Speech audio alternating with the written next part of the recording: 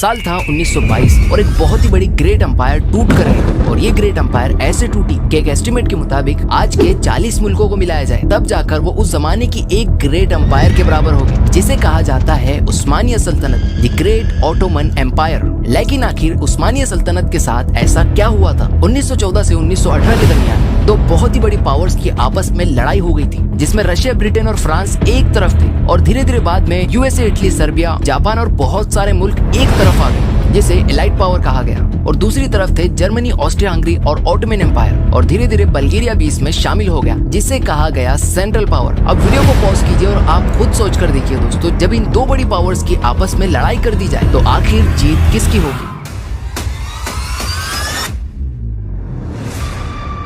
दोस्तों इसका जवाब बहुत ही आसान है, जिसके पास ताकत जितनी ज्यादा होगी जीत भी उसी की होगी। और जाहिर है दोस्तों, देखने पर तो यही लगता है एलाइट पावर के पास बहुत सारे मुल्क हैं और ज्यादा मुल्क यानी इनके पास मिलिट्री सेंट्रल पावर से ज्यादा होंगे, तो जीत भी इन्हीं की होगी। और ऐसा ही कुछ हुआ, जब इन दो पावर्स की आपस में लड़ाई हो गई तो सेंट्रल पावर की हार हुई और एलाइट पावर जीत गया। लेकिन आखिर दोस्तों हम इस जंग की बात क्यों कर रहे हैं? क्योंकि ये जंग कोई और नहीं बल्कि the great war, world war first, यानी दुनिया की सबसे बड़ी पहली जंग थी। और वर्ल्ड वॉर फर्स्ट में हारने के बाद सबसे बड़ा नुकसान हुआ जर्मनी, ऑस्ट्रिया हंगरी और ऑटोमन एम्पायर को। बात करते हैं Ottoman Empire. Ottoman Empire world war first में हारने के बाद बहुत ही बुरी तरह से बिखर कर रह गया और 1922 में ऑटोमन एम्पायर में चलने वाला खिलाफत सिस्टम पूरी तरह से एंड हो गया और ऑटोमन एम्पायर बिखर कर रह गया। और ये इस तरह से बिखरा, फ्रांस, रशिया, ब्रिटेन और ग्रीस ने ऑटोमन एम्पायर के बहुत सारे इलाकों को अपने अंडर में कर लिया। और 1923 में द ग्रेट ऑटोमन एम्पायर पर बहुत सारे सैंक्शन लगा दिए गए, जिसे ट्रीटी ऑफ लॉजान कहा गया। और इतनी बड़ी सल्तनत की ताकतों को छीन लिया गया, जिसकी वजह से आज का तुर्की जो किसी जमाने में आसमान को छू रहा था, वो आज से 100 साल पीछे चला गया। लेकिन आखिर दोस्तों द ग्रेट ऑटोमन एम्पायर के साथ आखिर ऐसा हुआ क्या था और आखिर क्यों इन पर सैंक्शन लगा दिए गए? और वो कौन लोग थे जो इतनी बड़ी उस्मानिया सल्तनत को चला रहे थे, जिसने तकरीबन 600 सालों तक हुकूमत की? और कहा जाता है कि 2023 में तुर्की को अपनी खोई हुई पुरानी ताकत वापस मिलने वाली है, जिससे वो और ज्यादा पावरफुल होने वाला है। लेकिन दोस्तों 2023 तो आ चुका है, लेकिन आखिर फिर उस ट्रीटी ऑफ लॉजान का क्या हुआ और आखिर क्यों तुर्की को अपनी खोई हुई ताकत अब तक नहीं मिली? इन सारी चीजों को हम गहराई से जानने की कोशिश करेंगे। तो दोस्तों शुरू करते हैं इस वीडियो को।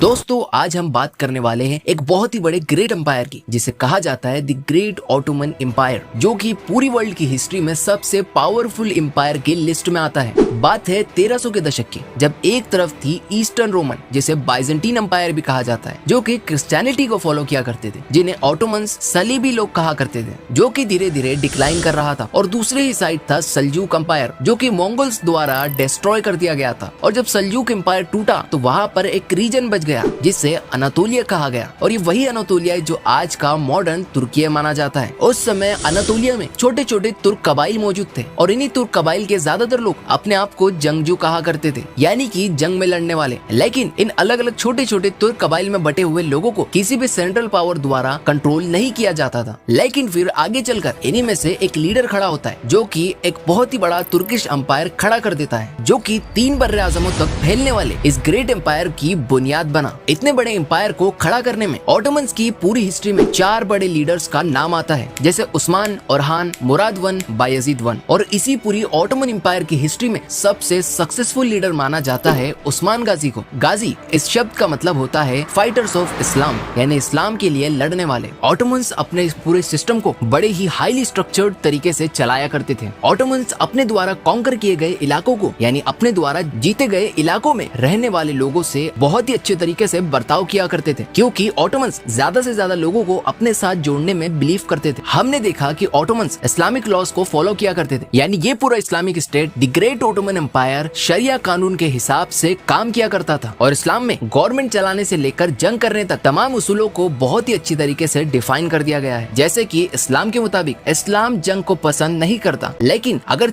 ऐसी कोई कंडीशन वाकई हो जाती है कि जंग करनी पड़ जाए तो जंग में बुजदिली मत करो। और इसी के साथ प्रॉफेट प्रॉफिट मोहम्मद का ये कहना है कि जंग के दौरान बेवजह बूढ़ों को कत्ल ना करो, औरत पर हाथ ना उठाओ, छोटे बच्चों पर हाथ ना उठाओ और छोटे बच्चों को कत्ल ना करो। जंग में आने वाले दरख्तों को ना काटा जाए और इसी के साथ इबादत गाहों को ना तोड़ा जाए, चाहे वो चर्च हो या फिर मंदिर। ऑटोमन सुल्तान के द्वारा इस इस्लामिक स्टेट में दूसरे धर्मों को फॉलो करने वाले लोगों को फ्रीडम ऑफ वर्शिप की आजादी थी, यानी कि दूसरे रिलीजन को फॉलो करने वाले लोगों को भी उनके धर्मों पर चलने की आजादी थी, जिन्हें वो मिल्लत कहा करते थे। और मिल्लत का एक हेड हुआ करता था जो किसी भी चीज की रिपोर्ट सुल्तान को दिया करता था, जिससे कि ग्राउंड रियलिटी पर कॉन्फ्लिक्ट ना हो और मिल्लत के सारे लोग आपस में मिलजुल कर रहे। और इतनी ही बारीकी से ऑटोमन्स अपने इस पूरे सिस्टम को चलाया करते थे और ये ऑटोमन्स का एक गोल्डन एरा माना जाता है। और तारीख इस बात की गवाह है कि जब तक इस्लाम का इन्फ्लुएंस ऑटोमन सुल्तान पर था तब तक ऑटोमन एम्पायर अपने गोल्डन एरा में चल रही। और ऑटोमन एम्पायर के टूटने की एक दूसरी बड़ी वजह कर्ज को भी माना जाता है और यही वजह थी कि फर्स्ट वर्ल्ड वॉर के पहले ही ऑटोमन्स ने यूरोप से अपने वर्चस्व को खो दिया था, यानी यूरोप में मौजूद अपने इलाकों को Ottoman Empire first world war के पहले ही खो चुका था। और 1914 से 1918 के दौर में वर्ल्ड वॉर फर्स्ट होती है और इसी जंग में ऑटोमन एम्पायर पूरी तरह से टूटकर बिखर जाता है। और 24 जुलाई 1923 को एक ट्रीटी साइन होती है जिसे कहा जाता है ट्रीटी ऑफ लॉजान, जिसके मुताबिक ऑटोमन एम्पायर की बॉर्डर्स को लिमिट कर दिया जाता है और इस एम्पायर पर बहुत सारे सैंक्शन लगा दिए जाते हैं और साथ ही इसे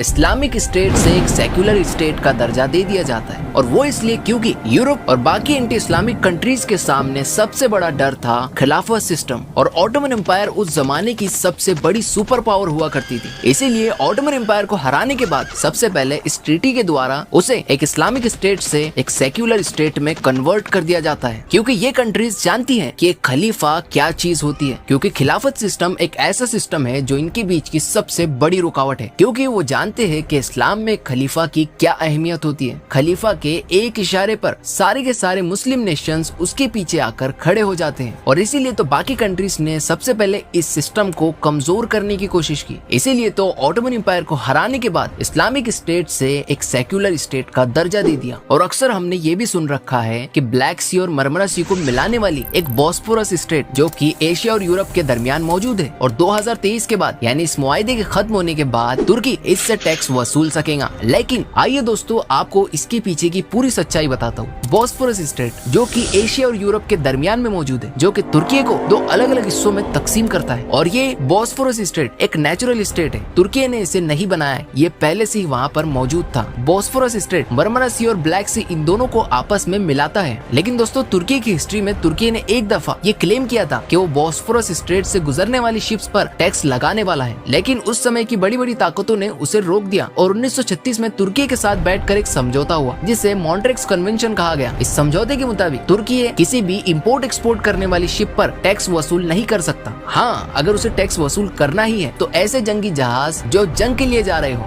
जंग पर जाने वाली शिप्स पर टैक्स लगा सकता है। दोस्तों इससे ये बात तो साफ हो चुकी है कि बॉस्फोरस स्ट्रेट से गुजरने वाली शिप्स पर तुर्की कभी टैक्स नहीं ले सकता। लेकिन उस सपने का क्या हुआ जो बहुत सारे लोग देख रहे थे। 2023 में तुर्की के साथ होने वाला ट्रीटी ऑफ लॉजान खत्म होने वाला है और इसके बाद वो बॉस्फोरस स्ट्रेट से गुजरने वाली शिप्स पर टैक्स वसूल करेगा, जिसके बाद तुर्की के पास पैसा ही पैसा हो जाएगा और दोबारा से तुर्की अपनी ऑटोमन एम्पायर को कायम कर सकता है। लेकिन अब क्या होगा? तो दोस्तों तुर्की ने इसका भी जुगाड़ कर लिया है। मौजूदा गवर्नमेंट के प्रेसिडेंट तैयब एर्दोगान ने तुर्की के सामने एक इस्तांबुल कैनाल का प्रोजेक्ट लाया है, जिसका काम शुरू हो चुका है। ब्लैक सी और मरमरा सी के दरमियान में तुर्की से गुजरती हुई एक कैनाल बनाई जाएगी जिसे इस्तांबुल कैनाल कहा गया, जो तकरीबन 45 किलोमीटर होगी। और जाहिर बात है कि इस इस्तांबुल कैनाल को वहाँ की गवर्नमेंट बना रही है, इसीलिए वो इससे गुजरने वाली शिप्स पर टैक्स लगा सकती है। दोस्तों इस इस्तांबुल कैनाल की मदद से तुर्की और इससे गुजरने वाली शिप्स को बहुत ज्यादा फायदा होने वाला है। पहले तो ये कि बॉस्फोरस स्ट्रेट में बहुत ज्यादा शिप्स होने की वजह से वहाँ पर ट्रैफिक हो जाया करता था और बहुत सारी शिप्स को कई कई दिनों तक वहाँ पर वेट करना होता। लेकिन अब जबकि एक इस्तांबुल कैनाल एक दूसरी कैनाल बन रही है जो मरमरा सी से होते हुए ब्लैक सी तक पहुंचेंगी और ये शिप दूसरे मुल्कों में जाकर ट्रेड कर सकती है, तो इस इस्तांबुल कैनाल की मदद से ट्रैफिक में बहुत ज्यादा कमी आने वाली है। और इसी के साथ दोस्तों तुर्की को ये फायदा होने वाला है कि मरमरा सी की बॉर्डर्स पर यानी किनारों पर बहुत ज्यादा सी स्नॉट मौजूद है। सी स्नॉट वो होता है जो समंदर की गंदगी कहा जाता है। अब जबकि ब्लैक सी और मरमरा सी के दरमियान में इस्तांबुल कैनाल बनाई जा रही है, तो उसकी मदद से ब्लैक सी का बहुत सारा अमाउंट ऑफ वाटर, बहुत सारा पानी पानी मरमरा सी में आने वाला है और वाटर की क्वांटिटी बढ़ने वाली है, जिसकी मदद से गंदगी साफ होना शुरू हो जाएगी। तो दोस्तों इस पूरी वीडियो को लेकर आपकी क्या राय है वो कमेंट करके जरूर बताएं। दोस्तों इस वीडियो में हमने द ग्रेट ऑटोमन एम्पायर की हिस्ट्री को जानने की कोशिश की, साथ ही हमने ये भी जाना कि आखिर ट्रीटी ऑफ लॉज़ान है क्या और ट्रीटी ऑफ लॉज़ान को लेकर होने वाली गलतफहमियों को दूर करने की कोशिश की और साथ ही तुर्की से ही रिलेटेड बहुत सारी चीजों को इसमें कवर करने की कोशिश की है। उम्मीद करता हूँ वीडियो आपको इन्फॉर्मेटिव लगी होगी। अगर इस वीडियो में हमसे कुछ मिस हो जाता है या फिर वीडियो का कोई पार्ट आपको काफी ज्यादा अच्छा लगता है तो कमेंट के दरवाजे आपके लिए हमेशा खुले हैं। अब मिलते हैं ऐसी ही नेक्स्ट इन्फॉर्मेटिव वीडियो में।